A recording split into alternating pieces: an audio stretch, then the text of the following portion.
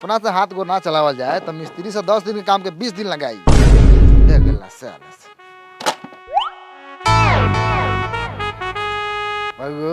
ये तो ही घर हो का? हाँ। जो बाप मतारी से कही है नायका स्कूल जो बना था ना वही में पढ़ हम ये तहा बिस्कुट चॉकलेट रोज बटाई तीनों टाइम बाबू के छोड़ दे जो माई के घींच के ले है स्कूल बना था तो ले तो नहीं के एडमिशन कह दी जा जा जा लड़का सब पर ध्यान देवे को होई ना तो सारा पूंजी जूजी में चल जाए। चाचा बड़ी लहा लहा हाथ चलता कहले रहा फरवरी ले पूरा बास फरा जाई ये लेखा हाथ चले बता के लेखा होई का करी तो तू ने जन्म का करबो दबा सीधा करके बढ़ जाई। हां ऐसा मत करा करा करा थोड़ा तेजी में करा काम रुकता। ओए ओए ओए अरे ई का करता रे अरे बसड़ी स्कूल में बैठल बाड़े मास्टर के मेरे बड़ मास्टर आई अगचा गच खनी मोल जातर खुलियाम। ए जी तो कौन नया बात थोड़ी है आप ही के ना स्टूडेंटों से हमको खैनी खाना सिखा दिया है अभी सिगरेट तो नहीं रख रही है पीजिएगा का ना धुआं बाहर जाएगा लेबर मजदूर बाहर काम कर रहा है धुआं देख लेगा तब बोलेगा मास्टरों के सिगरेट पीता है माधर चौथ। अभी नया नया स्कूल है वैल्यू बनाना पड़ेगा ना। एक कहला देख के चौनिया मुस्की मार रहे हैं कह रहा है कि मन तक खड़िया गया है इधर फरदाना है चलिए ना पटीदार का तोड़ी है तोड़िया का लसार दिया जाए तो आवाज नहीं आएगा आवाज आएगा यही समस्या है। और ये काम करिए आप गांव के जितना भी जवान जो लड़का हो रहा है ना उसको आप पटाइए लाइन मारिए और किसी तरह उसको गेट तक लाइए उसके बाद में नट्टी पलाता रख के उसका एडमिशन करके पढ़ाई देंगे। नहीं जी बहुत मुश्किल है पटाने के बाद डायरेक्ट मांगने लगता है कथी किस नहीं बिल्कुल नहीं मास्टर हूँ इज्जत है बना रहा हूँ नहीं होगा उसके लिए मैं अलग से मिस रखा हूँ किस देने के लिए। अरे बाबू लोग अरे कहाँ जाता रहा हार फराल धर फराल एक कोचिंग में एगो मैटर हो गेल बा कहाँ बा लमछर कोचिंग सेंटर में लमछर कोचिंग सेंटर। अच्छा वो लमछारवा से पढ़ेला का? हाँ ए उस सरवा के काथी आवले पढ़ावे की पढ़ेला वो तो सरवा हमारा क्लासमेट रहे हम आगे बैठते थे वो पीछा 6 महीने खाई लड़की के नाम लिखलक साला हाथ काट के वो काथी पढ़ी आ जब परीक्षा के बेरी आयल तो हमारे किताब में से देख के लिखलक तो ये सारा फेल हो गए वो पढ़ाई का बार। अच्छा ठीक बजा होगा सयार के आवा तो हमारा कोचिंग में सारा व्यवस्था बा। अच्छा ठीक बाटे सरो के बिना होगा वाला छोरम थोड़े माधर चोदा तक हमरा के साला खाली मारले चुन चुन के माधर चलो उनकर त हगा के नु मारे के बारे भाई क्या है हो अरे बालक लोग अरे ये कौन अरे क्या हुआ अरे कौन है सब ए बाबू ए भौरी काहे घुमावता रहो ए चक्कर लगाता अरे बाबू तो नहीं क्या बरा अरे हटा कटा नौजवान के बात तो नहीं तो नहीं मास्क हटा अरे बाबू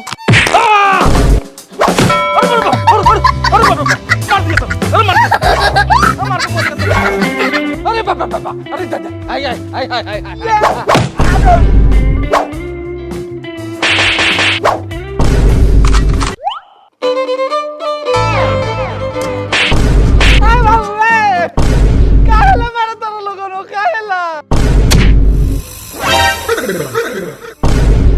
आंख दिखाता है माधर चोर जैसे कि आप लोग मार रहे हैं दबा के मारिए खूब मारिए लेकिन नीता बता के मारिए कि काहे ला मार रहे हैं कि हम लोग को पिटाने में मजा आएगा।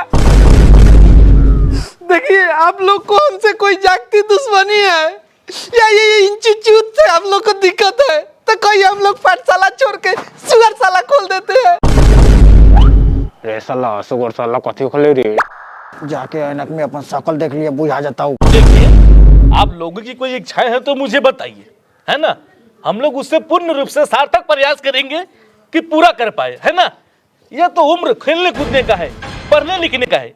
अगर आप लोग के पास पैसे नहीं है तो मेरी संस्था फ्री में पढ़ाएगी आपको निःशुल्क पढ़ाएगी उधर खोपचा में व्यवस्था है। हमनी यहाँ पढ़े ना तो नी दोनों गोरा के पढ़ावे आल बनी। हाँ, एक नंबर बात बोले हैं आप पढ़ना लिखना सीखना सिखाना उम्र भर होता है काजी लमछर बाबू बिल्कुल बिल्कुल चलिए बोर्ड पर पढ़ते लिखते हैं। सुनो ना हो साले यहाँ से अगर एक कदम आगे बढ़ गए तो समूचा झाट नोच के नीमक छीट दे। लगभग करना का के रोए पढ़े या पढ़ाए वाला काम सब नियमे होई। हमनी पूछ मत तो नहीं बताइबे। बताओ a+b के गोल स्क्वायर। बाबू गोल ना होकेला होल हो। ना ना होल तो होबे करले। तू गोल बताओ। देखो बाबू, हम अपने संस्थान से बहुत टॉपर लड़का दिले बानी, लेकिन गणित के विषय में हम तो निसुक मार खा जाइले। बाकी हिंदी में पूछा लमचर बाबू जाना लान। बिल्कुल बिल्कुल। ए तो समधी विच्छेद किसे कहते तू बताओ। तू वो गलत जानकारी पाए बारा। समधी विच्छेद ना, संधि विच्छेद हो गेला। मालूम बा, बाकी तू समझिए विच्छेद बताओ। हाँ, वो जानकारी बा हमरा, अनपढ़ नहीं की हम। तू समधी के बीच के छेद के समधी विच्छेद कहल जा। क्लियर? ए हमर लंड क्लियर। एगो सवाल पूछम आ संतुष्टि सबके मिले के चाहिए वही उत्तर पर, ना तो हे ठंडा के दिन में भाई डंडा से 10 डंडा गिन के माम तोरा चूतर पर। बता झाट बुर सब्जी में जीरा मरीच धनिया आ साया में नाच करे नाच के नचनिया। तो बता नचनिया नाचल त काहे नचला? तो आउट ऑफ सिलेबस क्वेश्चन पूछ दिया। दीदी ये क्या है? ये तो चीटिंग है, लपराई है, थुतराई है। ये तो आउट ऑफ सिलेबस पूछ रहा है लोग। क्या है ना? बिल्कुल। हाँ ये बात के दिक्कत साले लोगन हमनियो पे होखले। तोहनी जब हमनी से आउट ऑफ सिलेबस के क्वेश्चन पूछला तो हमनी के क्वेश्चन बुझात होई। आप लोग कौन है? बताइए। आपको इसीलिए कहते हैं कि आउट ऑफ सिलेबस का भी जानकारी रखिए। आप ये गलत है। गोलस कर है। ए बता कर नहीं बता। देखिए क्या है? कोचिंग का प्रिंसिपल हम है। मेरा नाम तो चलता है कोचिंग की। लमचर कोचिंग सेंटर। लमचर कोचिंग सेंटर? तो हम आप पे दरस खा के कोचिंग का नाम रखे हैं। आपको हम रखे हैं यहाँ पे, मेरा जमीन है। आपके जमीन वाला बनते हैं आप बनते हैं। थूक देंगे मुंह देंगे आप मुंह देंगे। हमसे चल जाते हैं आप। ज्यादा नहीं जानते हैं। सरकारी आपको नहीं आपसे कहीं आपको हटिए।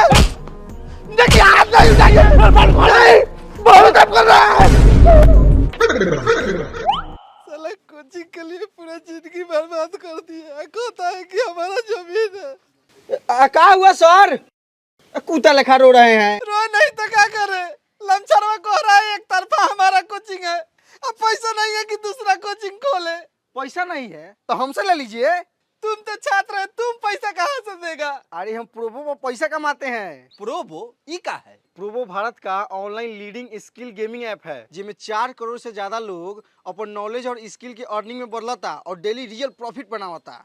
साचो इनमें तोहर स्किल और नॉलेज के यूज करके सवाल के हाँ या ना में जवाब देवे के होखले। अच्छा ये तो बड़ा आसान बा हो। तब का देखा जैसे यहाँ चैंपियन कप के क्वेश्चन चलता कि का इंडिया चैंपियन ट्रॉफी जीती, हम अपन एनालाइज करके जवाब दे देले बानी। अच्छा ये क्रिकेट के अलावा क्रिप्टो, न्यूज, गेमिंग, बॉलीवुड हर चीज के सवाल मिलल है। तोरा पास जितने ज्यादा नॉलेज होई नु तू उतने ज्यादा प्रोबो पर अच्छा प्रॉफिट बना सकता रह। एक बात जानत रह, प्रोबो पर 5 गो आईफोन अब बाइक भी गिवे चलता। तू जितने ज्यादा ट्रेड करवा उतने तोरा जीते के संभावना बढ़ी। प्रोबो पर अपना लिमिट के हिसाब से जीतल पैसा के आसानी से विड्रॉ कर सकता रह, यूपीआई के थ्रू डायरेक्ट अपने खाता में। पुणे में विशाल नाम के एगो लड़का 54 लाख रुपया जीतलक ह। डिस्क्रिप्शन में स्पेशल लिंक से प्रोबो डाउनलोड करा, तोरा मिली अप टू 100 रुपया। अच्छा हम डाउनलोड करते हैं, तुम घर जाओ, लड़का सबको खोजने चलना है। ये दोनों हैं एक जिगरी दोस्त, एक का नाम है लमचर जी, एक का नाम है शंभू जी। इन दोनों की दोस्ती इतनी गहरी है कि एक दूसरे के लिए जान ले भी सकते हैं और एक दूसरे के लिए दे भी सकते हैं गाँव। इन दोनों ने एक ही साथ में पढ़ाई किए और एक ही साथ में फेल हुए 10 बार। बेरोजगारी को देखते हुए इन दोनों ने एक कोचिंग खोला जिसका नाम था लमचर कोचिंग इंस्टीट्यूट। लमचर बाबू गिलका चकवा में हवा तनी कम बुझा रहा है। हल्का कम भरवा लेते कहे हैं कि आगे थोड़ा रुकिएगा 2 मिनट के लिए, पेशाब लगा है। फर्ज क्या करके आते हैं? अरे पेशाब कह के आता है। नहीं अरे थोड़ा बिल्कुल नहीं रुकेंगे। देखिए वहाँ बच्चा लोग इंतजार कर रहा है। अरे जीद मत नहीं रुकेंगे। देखिए जबरदस्ती नहीं, बिल्कुल नहीं रुकेंगे। कैसा नहीं रुकिएगा? जबरदस्ती है क्या? लाएंगे मारना। हम हंडीला बना के मारे। अरे लीजिए लीजिए। कह रहे हैं रुकिए, पेशाब लगा तो बातें नहीं मानते हैं आप। तब हंडिल कमाइएगा। तो हंडिल नहीं का पाई मुद्दे साइकिल पर घर से कहीं करके आते हैं आप? घर से हम करके आए थे, लग गया है। चुप। क्लास में रह जाएगा तो 10 मिनट में पेशाब लगा है। अपना लगी हो गया है। लगेगा तो जाएंगे ना। लगी हो गया। अरे बाप रे। देखिए हाथ चला रहा है। देखिए।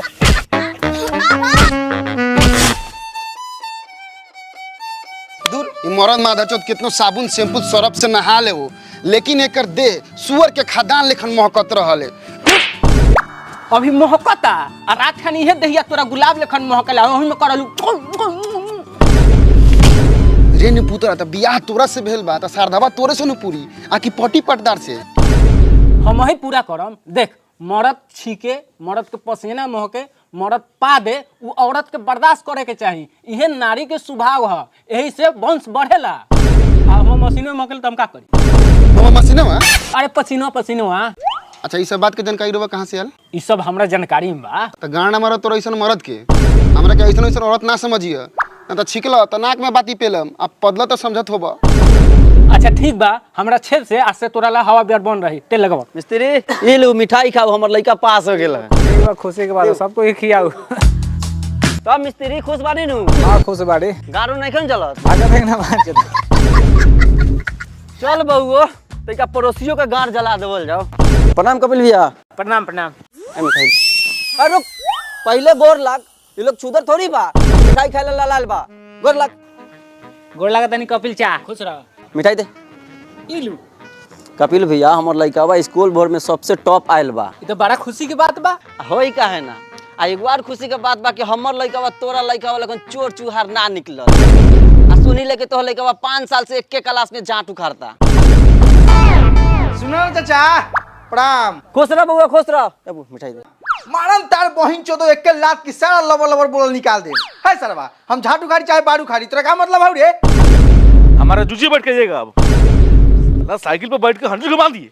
पेशाब लगेगा तो नहीं घुमाएंगे। तब देखो चक्का है गया, चक्का होने गया, 100 टूट गया पूरा। बताइए तो पहले। ए सुन ना रे सरवा, ज्यादा तोर लात बड़ हो गेल बा। खाली हमरा पिताजी के हाथ लगा के दिखा दे, उहे लतवा तूर के तोरा गुआवा में धास दे। फिरोज बाबू, वो गाड़ी दी तो तू गाड़ी देबे, वो गु खाई तो तू गु खाइबे। ये संस्कार देले बानी।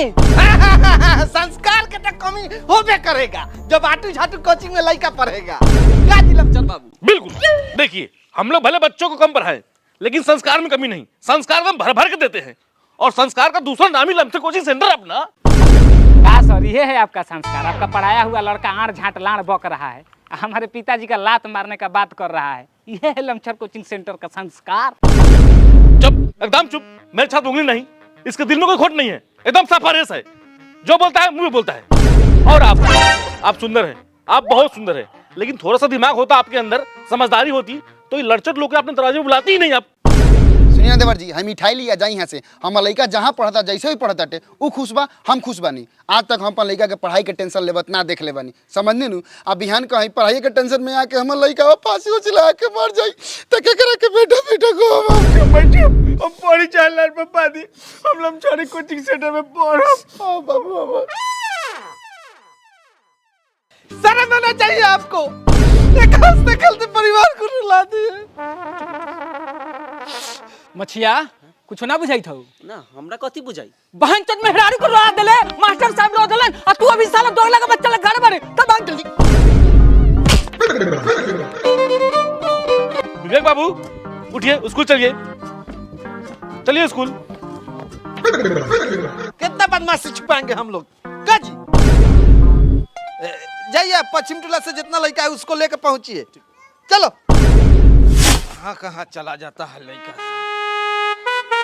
मुन्ना, बेटा मुन्ना, कहाँ गया हो गई? हमारा लाने जाना था। चलो दोस्तों पढ़ेंगे, चला। संस्कार का कमी होते जा रहा है तुम्हारे अंदर।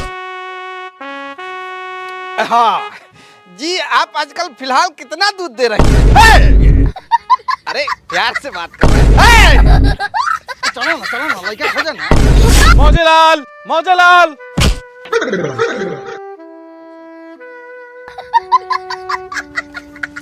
मौजेलाल, बाबू मौजेलाल, छात्र मौजेलाल, ऐसा कब तक चलेगा बताइए?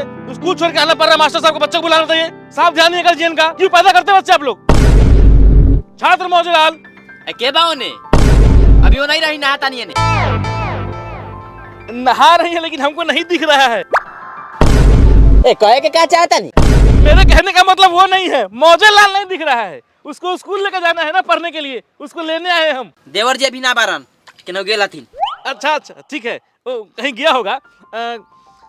एक लोटा पानी मिल सकता है क्या? बहुत जोर से प्यास लगा है हमको।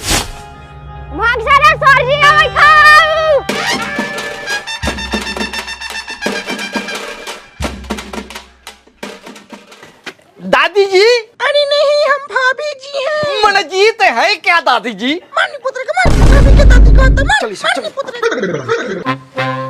बाबू संकट, संकट आओ। जब एक द्वार पर आओ तो एक चप्पल लग जाता है। जितेंद्र जहरीला बाबू।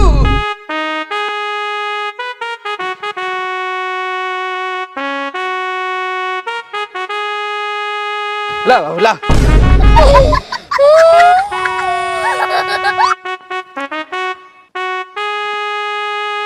प्यास लागल बा। अच्छा रही ओने अलगे हटी, नहा के हट जाता नहीं तरह आके पानी पी ले हम। नहीं, आप बात नहीं समझ रही हैं। जब तक आप नहाइएगा हम प्यास के मारे मर जाएंगे तो फिर प्रॉब्लम हो जाएगा ना। एक पढ़ा लिखा समझदार शिक्षक मर जाएंगे। तो क्या आप मारना चाहती हैं कि पानी पिलाना चाहती हैं, बताइए। ए दूर हम रहो के कहला मुंह आवे जाइए। दुर्गा झूला नहीं पहले तो हम रहुआ सामने पानी लेके कैसे आ जाई? हम वही चाहते हैं। क्या मेरा मतलब है नहीं चाहते हैं? हम तो इतना खानदानी इज्जतदार लोग हैं कि नंग वस्त्र औरत को देखते हैं तो अपना मुंह घुमा लेते हैं। आप ढीठे पानी पिलाइए, आप अपना इज्जत मेरे जिम्मे छोड़िए। Believe me life time. ठीक बा लिया तानी, लेकिन इन्हें कहीं निहार उहार ना करम।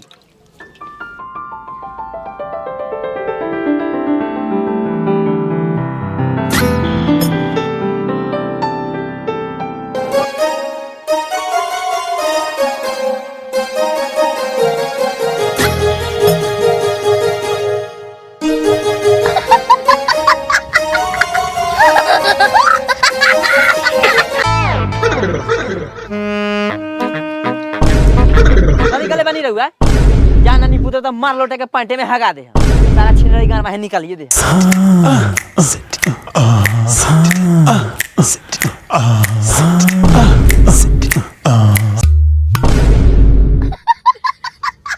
जैसे कि मुंह पे ब्लाउज आ गया था, उसको रखा जा रहा था। चलिए। बहनचोद आपके जैसा चुतिया मास्टर के कारण दिन पर दिन स्कूल में लड़का कम होते जा रहा है। ये सारा ब्लाउज सूंघने आए हैं आप। अरे महाराज सूंघ नहीं रहे थे, मुंह पे आ गया था ना ब्लाउज, तो उसको रख रहे थे। का देखा हुआ झूठ नहीं बोलिए, नहीं तो नाक में उंगली लग के छेद उलीट देंगे। और हम आपके गान में उंगली लगा के उलीट देंगे। साला ये तो वह बात हो गया है कि क्या कहा जाता है? उल्टा चोर लाड़धा से ये नहीं बोला जाता है। क्या क्या समझते हैं आप अपने आप को? मैं इसी वक्त आपको लमछर कोचिंग सेंटर से बर्खास्त करता हूँ। बर्खास्त करता हूँ? लमछर कोचिंग सेंटर हमारा है, वहाँ का जमीन हमारा है, तुम कौन होता है बहनचोदवा? देखिए आप काला छोड़, ये गलती कर रहे हैं आप। देखिए उठ गया है, हमारा उठ गया है, बरस रहा है, तो यूँ तरस रहा है, तरस रहा है। एक आदमी गिराइए ना कि मजा आए। पुत्र से के जहाँ नहाता नहीं तो झगड़ा करे के ही करे जाता नहीं कि ना लोगन। रोक जा इनका। रे 10 बजे चला पर है बागपुर पढ़ला लिखला से कथी होखलै? ए तार हम तो 2 पैसा कमाए तो घर परिवार चली, कम से कम सागो सब्जी के तो दाम निकली। सरवा के पढ़े जाला बड़ी कवाई कट लेबा। हमारे साथे बैठिए नु तो खाली ताश के बात करिए, पढ़ाई लिखाई के बात करबे नु तो ये पटक के मुंह में मुंह देबो। 10 रुपया हालमनी कब निकली वहां से? जानो जानी तरे ई बाहन चोद बहुत बड़का परनियारू बनले। ओ दिन मुंटुन जका बेटा के शादी में के रहो न्योता लिखे बैठो रहो जन तरे विजय का बदला लिख देलो हो जाए। ए हो गेले को पढ़ाई के बाद का गेले ओकरा गांड के पीछे ही पड़ गेलै सब। अरे मोटका के बड़ी पॉक चलत रे, गाड़ू देवलो का? रे बाहन चोद वासे तोनी से चुपचाप खेलबे कि यहां से ताश लेके जाई। गांव में एको को लड़का नहीं दिखा है, आखिर लड़का सब गया तो गया कहाँ? ऐसे लड़का सबको उठा को हम लोग कोचिंग ले जाएंगे और पढ़ाएंगे तो पढ़ाएंगे कब? बिल्कुल सही बोल रहे हैं आप, लेकिन हमको पढ़ाई से ज्यादा पढ़ाना जरूरी है। एक दिन हम बच्चा लोग को नहीं पढ़ाए तो मेरे अंदर पूरा किरकिरी काटने लगता है। बताइए, इतना ज्ञान है जो मेरे में, लेकिन बच्चा आजकल का समझ नहीं पाता है ना। अगर मान लीजिए इस गांव में किसी को खून का जरूरत पड़े और हमसे मांगे और मैं उसको दूं, पता क्या होगा? उसके अंदर मेरा पूरा ज्ञान चला जाएगा बहनचोद। अच्छा, हम आपका दर्द को समझ सकते हैं। मेन बात वो नहीं है, मेन बात ये है आजकल के लड़का सब गलत आदत के ज्यादा शिकार हो गया। एकदम जुआ खेलेगा, ताश खेलेगा। बिल्कुल बिल्कुल। लेकिन अपना एगो स्टूडेंट विवेक है, हाँ। कि कभी भी इसको आप जुआ और ताश खेलते हुए नहीं देखे होइएगा। बिल्कुल नहीं। क्या जी विवेक बाबू? मल्हार बाबू काले के 5000 रुपया मांगपति में टेला है, वही से आज शांत है। अमर साहब हमरा लेट हुई था, कथी करे के बा? अरे महाराज खिसियात काहेला बानी? रउगे तो बानी की लमछर बाबू और शंभू बाबू के घर के चूल्हा जरता आ जलते रही। चली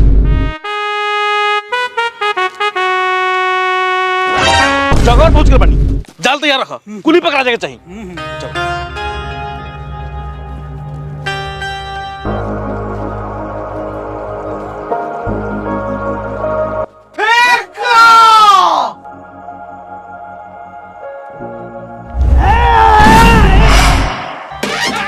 फंस गया।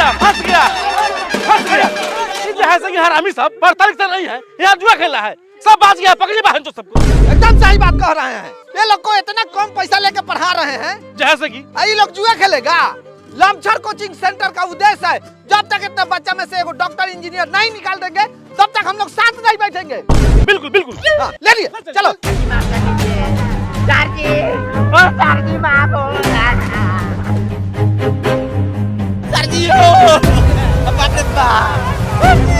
देखिए बच्चों, आप सबको हम लोग मछली के जाल द्वारा पकड़ के यहाँ जबरदस्ती लाए हैं। उसके पीछे एक कारण है, कारण लमछर बाबू बताएंगे। देखो बच्चों, कल अपने कोचिंग में ना कुछ असामाजिक तत्वों द्वारा हम लोगों में जानलेवा हमला हुआ। इसकी बहन की चुप चुप रहो सब। तो हम लोग ने फैसला किया है कि हम दोनों एक ही कक्षा में एक ही बोर्ड पे अलग अलग पढ़ाए हैं। ताला अच्छा से मार दिया है रे। हाँ मार दिया सर। सॉरी किए मरवा दिए हैं, तो फिर कौन आता टेल चल जाता। तो देखिए, ये है लकीर। लमछर बाबू यहाँ आप लोग को हिंदी पढ़ाएंगे और हम आप लोग को यहाँ पे जीव विज्ञान पढ़ाएंगे।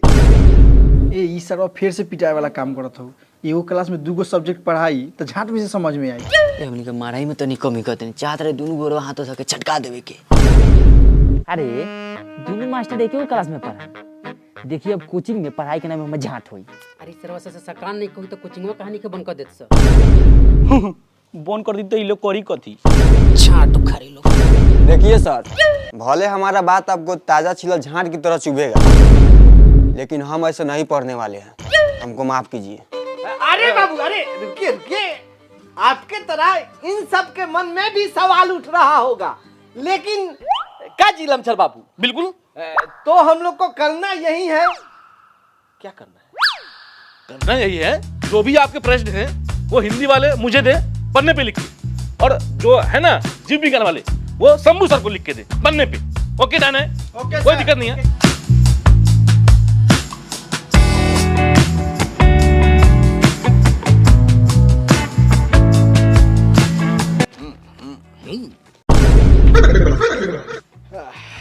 पेशाब लगा है हमको। अजीब आदमी है महाराज आप भी। हाँ, कभी साइकिल पेशाब लगता है आपको, कभी क्लास में लगता है पेशाब पढ़ाने के समय आपको। हाँ, एक मिनट मैं आता हूँ। मारा मारा ये कहाँ रह गेलौ रे? चल। ओके गूगल, प्रजनन मानव लिंग द्वारा कैसे होता है? लिंग बढ़ाना। कपास की खेती कब से स्टार्ट हुई? रिश्तों में तो हम तुम्हारे पाप लगता है।